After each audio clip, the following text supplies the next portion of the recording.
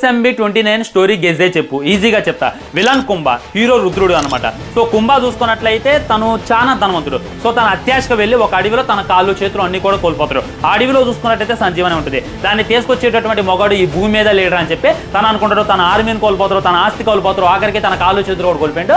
కానీ అడవిలోకి వెళ్ళి ఆ సంజీవని తీసుకొచ్చేటటువంటి మొగాడు ఒక్కడే ఒకడు. తనే మన రుద్రుడు, తనే మన మహేష్ బాబు. తను చూసుకున్నట్లయితే గ్లోబ్ టోటల్ ప్రపంచంలో ఉన్నటువంటి అడవులన్నీ తిరుగుతారు. ఎదురుగా ఎంత పెద్ద మృగం ఉన్నా కానీ ఊగినే చంపేస్తారు. అదేటటువంటి టైంలో మన కుంభకి రుద్రుడు అయితే కనొస్తారు అనమాట. తను ఎలాగైనా సరే దక్కించుకోవాలి, తను వెళ్ళి నాకు ఆ సంజీవని తేవాలని చెప్పి తను అడుగుతారు. మన మహేష్ బాబు ధ్యానం అంటాడు. ఆ తర్వాత ప్రియాంక చోప్రాని మన కుంభ తనని ట్రాప్ చేయడానికి పంపించి తనే కిడ్నాప్ చేసినట్టు నాటకాలు ఆడే ఈ విధంగా సంజీవని అయితే తెప్పిస్తారు అనమాట.